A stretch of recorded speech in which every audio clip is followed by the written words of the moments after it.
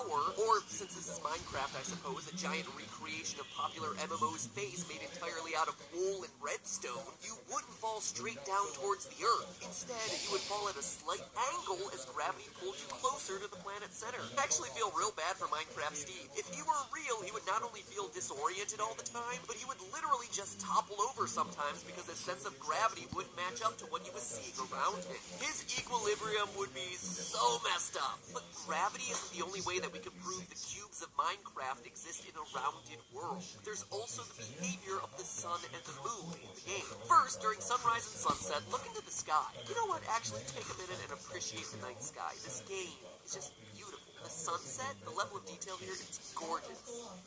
Ugh, so good.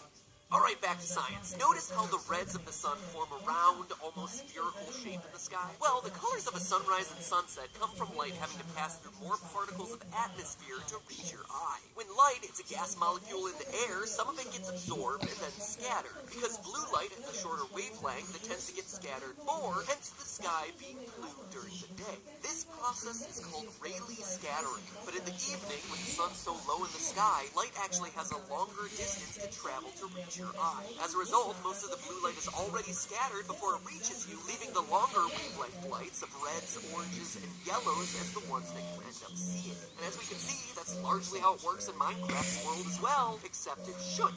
Or at least it shouldn't if the planet was a cube. You see, if the planet were a cube, the gravity differential across the faces of the planet would also affect the atmosphere surrounding the planet, with the gases drawn towards the points with highest gravity, i.e. the center of each of the planet's faces. As a result, the starting spawn location of every Minecraft map would have a very thick atmosphere, and the edges would be very thin. This means that light would actually behave very differently at different points of the map. At noon at the center of the map, because of the light having to pass through the thicker layer of atmosphere, the sky would appear almost like a sunset, red and orange. All the colors of a sunset, all the convenience of it being in the middle of the day. And conversely, at the end of the day, with the light passing through the thinner atmosphere along the edges of the planet, that's when the sky would be bluer. It's practically the reverse of what it is IRL, and also the reverse of what it is in the game. Which means, loyal theorists, that even though Minecraft's world may seem like an infinitely flat plane or cube-shaped world, the actual scientific evidence points to it being a sphere based on the behavior of gravity and the planet's celestial bodies. But while the overall shape of Minecraft's cube-filled yet rounded world is actually similar to our own, the way it behaves definitely isn't.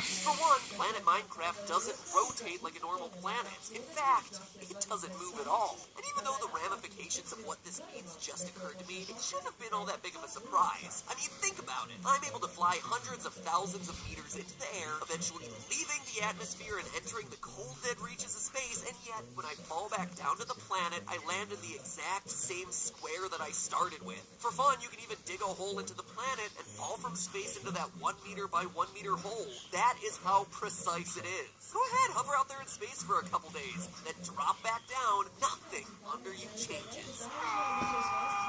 And what that proves is that the planet isn't moving under your character. It is stationary. But then why would that be a big deal? Well, that would mean that the sky is the one that's doing the moving. You see, on Earth, we have day and night because the Earth rotates around its axis. During the day, your side of the Earth is facing the sun, and as your little point on the globe turns away from the sun, it becomes night. But as we just saw, Minecraft's planet doesn't spin or rotate at all. And yet, there are still clearly days and nights, so something has to be changing here. How is this possible? Well, if the Earth isn't moving, that means that the sky has to be the one that's rotating around us. And while this may seem far-fetched, it's an idea that's existed since the ancient Greeks. Specifically, Plato and Aristotle proposed what's known as a geocentric model of the universe, with the Earth stationary and in the middle of everything. Which, let's face it, is a much more exciting thing to find in the center of the universe than whatever that glowing thing was there in No Man's Sky. Am I right? Up top! I find the up top!